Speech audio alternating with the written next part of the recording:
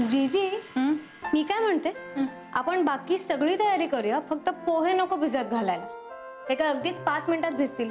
म्हणजे ना फक्त फोडणीला घालायचं तेवढं काय ते बाकी राहील. हा अगं पण पाहुणे येतीलच आता, आणि बघ कांदा कोथिंबीर सगळं चिरून झालंय, सगळी तयारी झाली तर घालूया ना फोडणीला.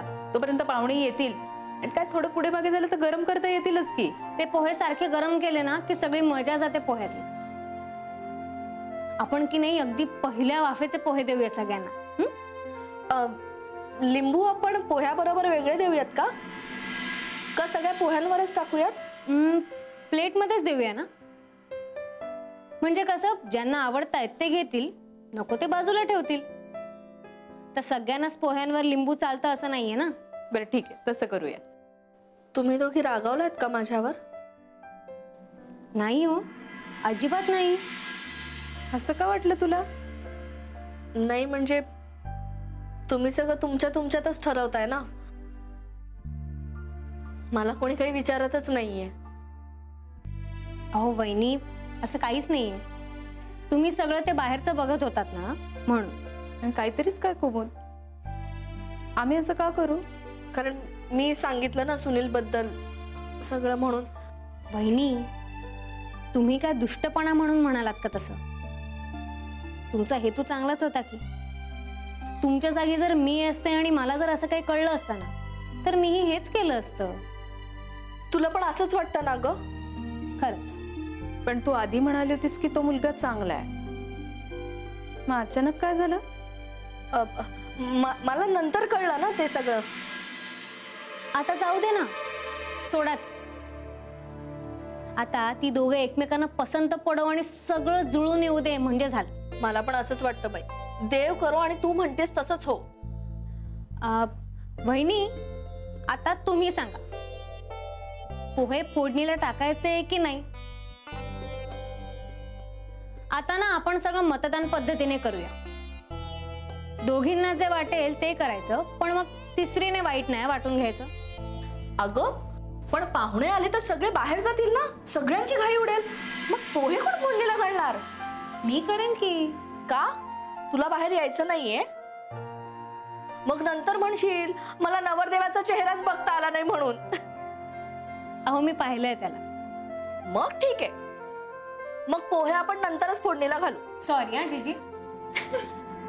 या इथेच आहेत अजून. अगं जा जा, तुम्ही तयार व्हा आता, नाहीतर पाहुणे येतील आणि माझ्या लेकी सुनाच तयार नाहीत. असं नको व्हायला. जा जा पळा. हो माय. आणि हे बाकीचं सगळं मी बघते काय ते राहिलेलं. हो जा, चिरायची राहिली. जा मी बघते. काय ग बाळा, कुठून शिकलीस ही कला? कसली कला माई? माणसं जोडण्याची.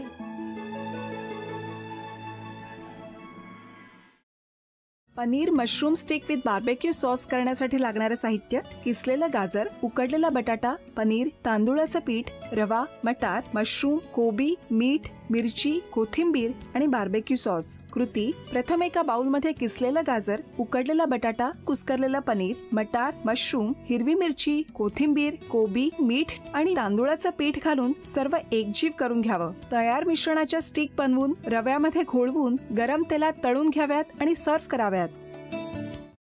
मामी, कोणता भक्त हाक मारतो आहे? ध्यानात इतके मग्न आहात. बाणाईला भेट घ्यायची आहे देवी. वाटलंच मला. ही अस्वस्थ असणं स्वाभाविकच आहे. तिच्या दृष्टीने हे सारंच गोंधळून टाकणार आहे. अशा वेळी तिला तुम्हाला किंवा मला भेटावं असं वाटणं हे स्वाभाविक आहे.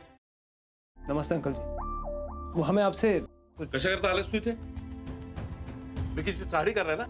काय समजतो काय स्वतःला तू? अरे आजारपणात माझा जीव वाचवला म्हणून घरातल्या पोरी बाळींवर.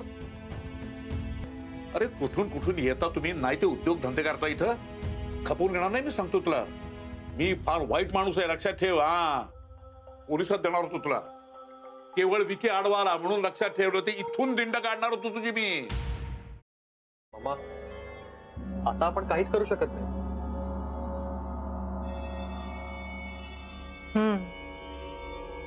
पण आर्चिस, हे असं कसं शक्य आहे? आपण तर सगळे आवाज रेकॉर्ड केले होते ना, राईट? हो.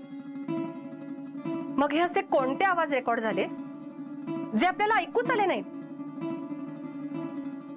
I mean, how can it be possible?